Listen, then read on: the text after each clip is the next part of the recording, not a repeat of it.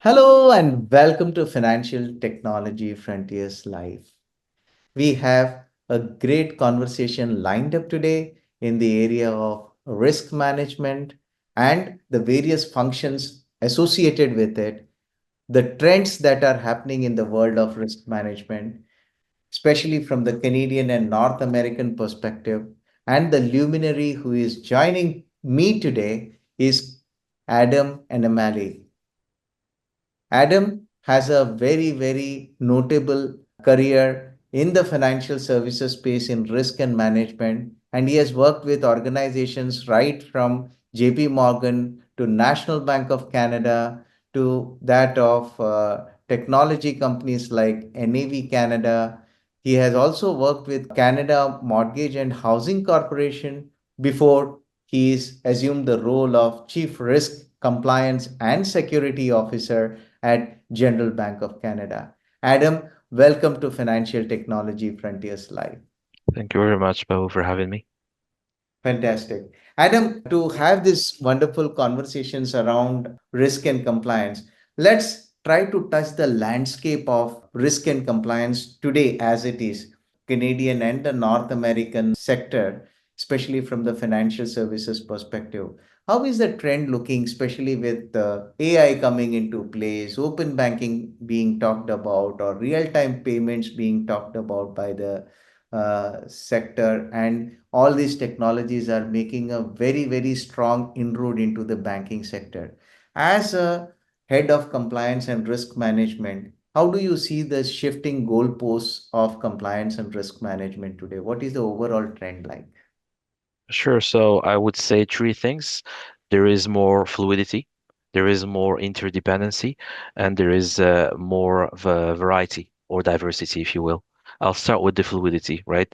I would say we have gone through the last 18 months through what you call a perfect storm, right? You had many risk events, major in terms of materiality, that hit us at once. You had the rise of interest rates that was quite rapid. It did enable a lot of banks to renew and reprice their portfolios, which created a net interest margin pressure, if you will. It did create pressure as well on clients in terms of borrowing costs, and that led to an increase of default rates. So you have like the first financial shock. The second element was, as you say, the introduction of emerging technologies and the accessibility, sudden accessibility of generative AI, which did increase the accessibility of a lot of attack vectors, right? You have much more sophisticated social engineering. You have higher volumes of attacks that are automated or semi-automated, which did basically increase the impact of cyber attacks on companies that increasingly relied more and more on technology, right? So that's the fluidity, the interconnectedness, if you will, is in the supply chain. One risk leads to the other. So you don't actually consider risks alone, right? In one event, but you need to look at the total story, right? The total mesh of risks and the flow of value loss from one risk to the other. So there is no more financial risk or reputation risk or operation risk. There is a story of the value loss that actually goes really fast given the fluidity. And the third thing is the diversity, right? The usual taxonomies of operational risk, market risk, they can take you only so far, and then you start to have much more dimensions of one specific risk. You have climate change, you have then the financial risk associated with the climate change, then you have the operational risk created by the necessity to manage that climate risk. And then all of that is interconnected, as mentioned in the second element, and creates more pressure and more costs on the risk teams. And then you have the final layer, which is the regulations. The regulations are meant to provide you with the guardrails to manage all these risks and all these trends as well, which are evolving faster and faster. That's how I would suggest the 18 months have been, and how the 20 next 4 months will be, if you will. Super. Actually, each of these topics or each of this subject is itself a discussion in itself. Totally. It is a topic which is very, very detailed and needs to be taken in depth. but we'll quickly try to cover some of these aspects.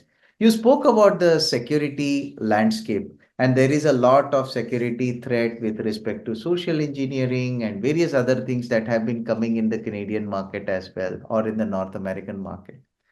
From your perspective, apart from the tools, techniques, and dashboards that are available to mitigate risks, to engage with or to troubleshoot when there is a risk, or to create a risk-free environment, there is also a lot of reliance on cyber security or cyber insurance.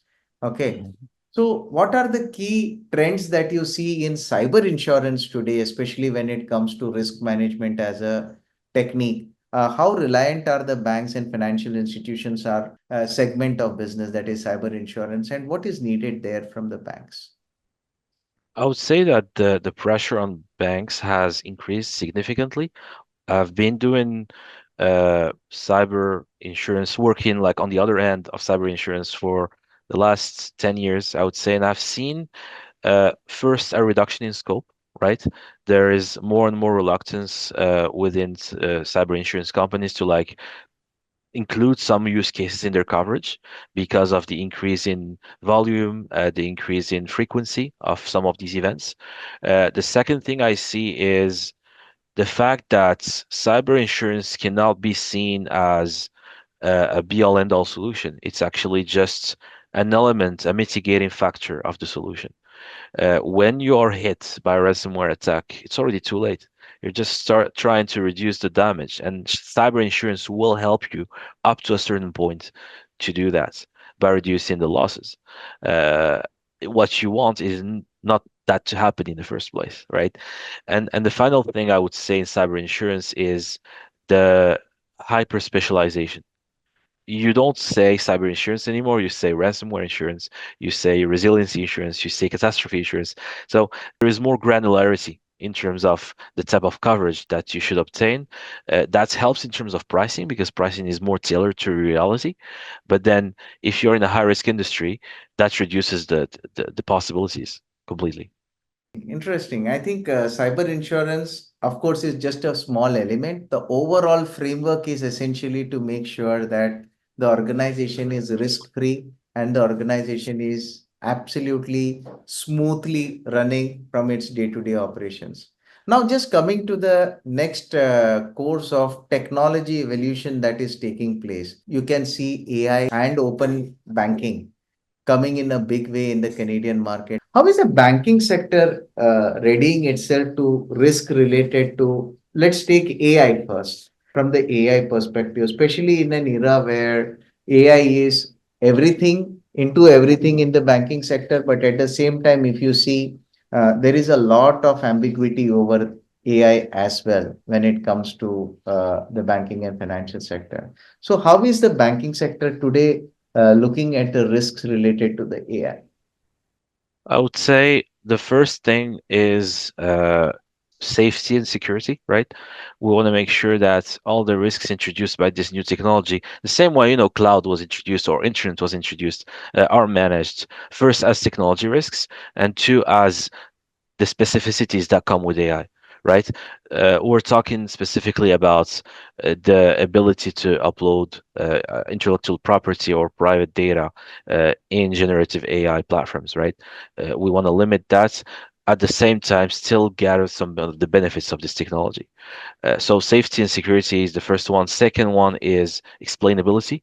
There is a, a, a there is a trend that I've started to see that worries me a little bit, which is this habit to let go, if you will, meaning if the technology tells you what you want to hear, if you ask a question and you get the answer that you were expecting, you won't question it. You will become overconfident, over trusting of that technology, and you will let go of your challenging spirit.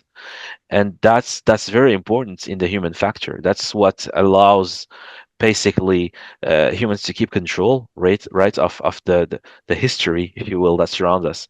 And I think it's very important to keep that in mind. So explainability and transparency are very important. And finally, I would say the bias, right? If our processes are not perfect, hard coding that imperfectness into AI comes with a lot of dangers, in my opinion. So it's very important to uh, first get the processes right, semi-automate them first, and then automate them in a way that is monitored and overseen from a regulatory perspective, but also from a functional perspective, just to make sure that you don't create more systemic risks than you thought. So that's how we deal with AI currently, and it's a top of mind subject. Absolutely. One more thing about AI that I have been observing is, especially when decisions are taken by the machine, and at the end of the day, you have to attribute it to somebody, because if some catastrophe happens because of these decisions, it has to be fixed on somebody. Totally. So, as a risk professional, how do people handle this in the banking sector today? How do you fix the responsibility for decisions taken on the basis of AI? Because you can't put machine on the legal framework. Totally. So it's a question of risk appetite. We reduce the risk appetite significantly when it comes to decisions made by a machine. We try to reduce them at the minimum, with while keeping like human oversight on all the decisions, all the portfolio of decisions. For those where the risk appetite is medium to high, it's still a human who takes them. What we try to reduce is the bureaucracy associated with those decisions. So, for example, uh, there will be a set of loans that come through our model. Uh, for those with a very, very low risk, it will be automatically approved. Some of them though we'll still go through like a human oversight just to make sure that we have no errors or no bias ingrained in the model. Then for the medium and high ones, it's still a human adjudication that will prevail. It's just that we will have a pre-analysis made, so there is the efficiency and there is the speed that you get from AI, but not the decision making at 100%. Wonderful. I think that is a very great approach. It's a hybrid kind of approach, Totally. ultimately. And another thing is, most of the decisions made by AI is based on the data that is available to the AI. Okay. Absolutely. Data garbage in is garbage out.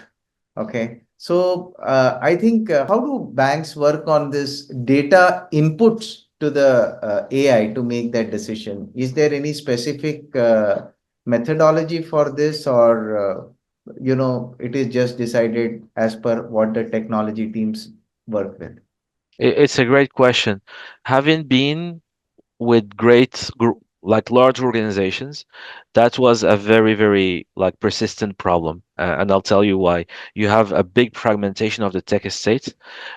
Each element of that tech stack has its own data. And there are a lot of technical complexities that make combining that data into a data lake not only expensive but also very difficult to interpret after that and to consume, right?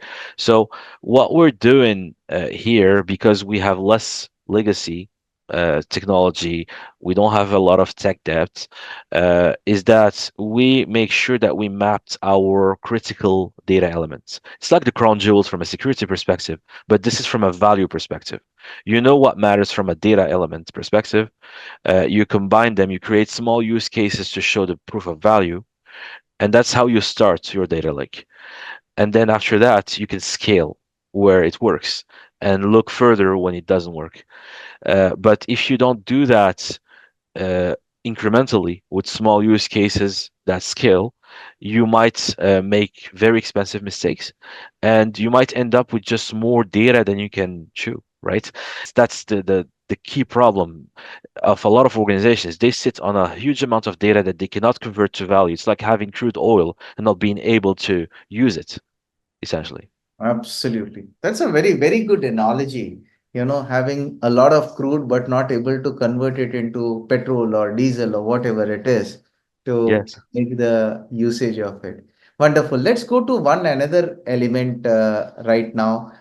With open banking becoming a very big popularity now, and organizations reluctantly accepting open banking in a big way, because there has been too much of delay in Canada for entering into the open banking spree. Now, as banks, what are the next steps in risk management that organizations are looking at, from the perspective of open banking? So I would say three forms of trust. It, all we need is trust, but in three forms. The first form of trust is from the regulator. The regulator needs to provide key guidelines, principles, flexible enough to help us operate and create value, and strong enough to be able to make clear decisions when there is something that is litigious or an issue that needs to be solved. That's the first one. It institutes what you call institutional trust. The second element is the trust of the client and the customer, the client and the customers, right? They are providing us with their data. Open banking essentially is just the ability of to look at the client's data across multiple institutions and be able to offer them products.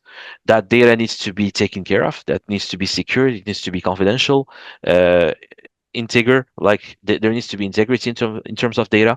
Once that trust is instituted, once the institutions show that they can take care of that data, that second element of trust will be achieved. The third element is the trust of the market, uh, that whenever that data is available and dealt with in a responsible and ethical manner, that legitimate business opportunities will arise. So a lot of clients, I mean, at least, the people I speak with, they say, I don't want to put my data out there because, monopolies or oligopolies will just take it and then raise prices on me. So that's the trust of the market that is missing. If clients are able to trust the market to give them the best competitive offers based on a legitimate and ethical use of the data, that's where we'll be able to achieve open banking. So it's all about trust. Superb. And I think when you speak about data, even with this is applicable even with relation to AI, because ultimately there is a lot of compliance going to be or guardrails around AI that is going to be set up in the near future as well. So the compliance norms will definitely be changing their goalposts in the future as well. Absolutely. Absolutely. And you may probably need to prepare yourself for the next level of compliance. Now coming to the issue of inclusiveness and ESG, which we are talking about, For sure. from that perspective, today organizations are looking at creating sustainability based products. Hmm. Okay, people are looking at creating focused products on financing ESG initiatives and things like that. And with blockchain coming into picture, a lot more compliance-driven frameworks have been derived or designed to measure each of these parameters as well. What are the trends in risk management in ESG that you have been seeing in the recent past as a risk manager? So I would say there is the climate element that is more and more prevalent, not only because we start to see a lot of events, and catastrophes that make us reconsider our ability to, take collaterals and insure, but also because there is a strong regulatory pressure. So I would say that's the element of ESG, the E, that is the most mature so far.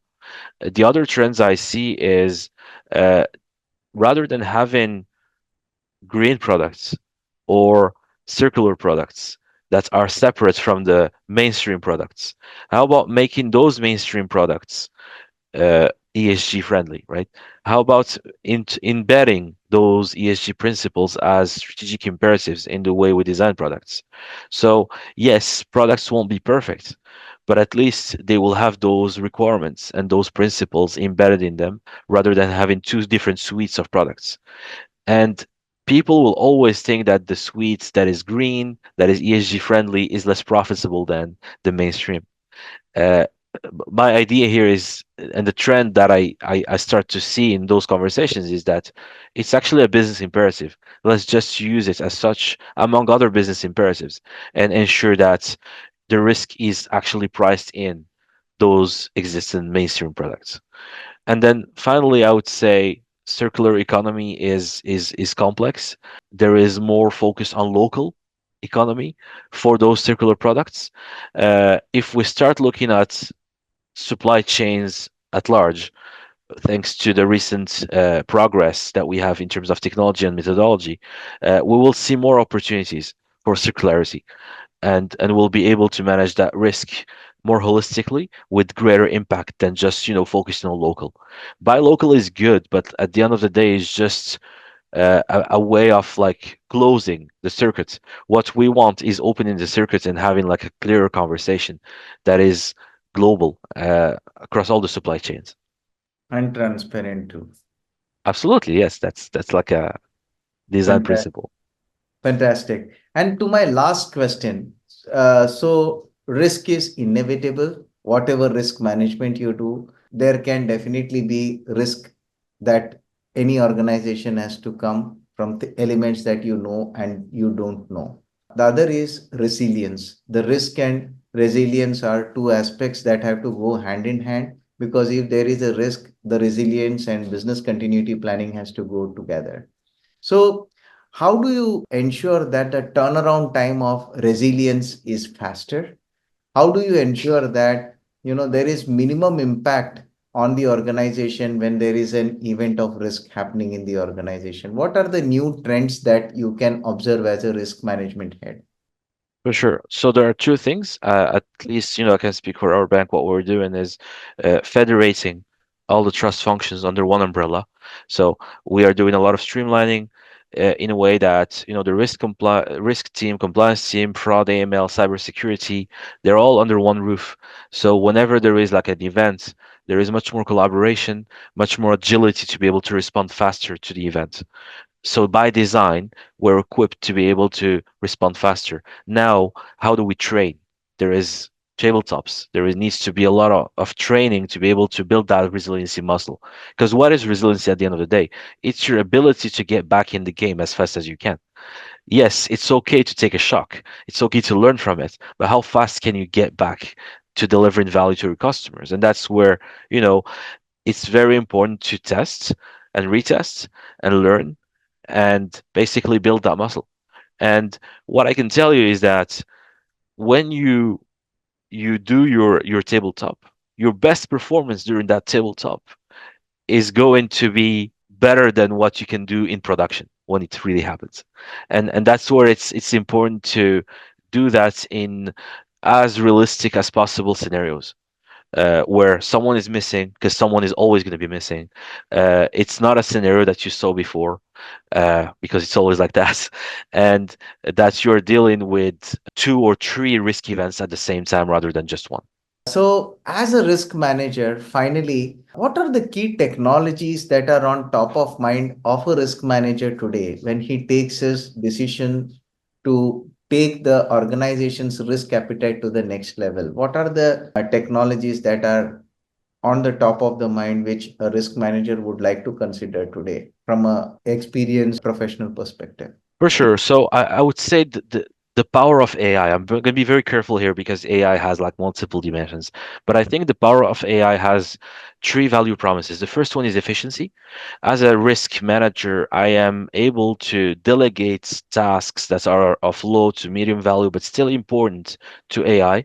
The decision making still lies with a human, but there is a lot of efficiency that can be achieved through uh, generative AI, right? The second element is the ability to take more data into consideration. So our stress testing can be much more elaborate, much more sophisticated if you use AI. You're looking at 100 and more scenarios rather than just four or five when it used to be manual, right? And the third element is of the AI promise is to build strong defenses against fraud, because now your thresholds are dynamic, your patterns are dynamic, as well as cyber attacks, because cyber attacks are more and more elaborate. So AI, leveraging the power of AI responsibly is the best. The second element is, all the biometrics that can help us increase the in-browser, in-solution authentication, given that it does reduce as much as possible the possibility of being tricked by social engineering.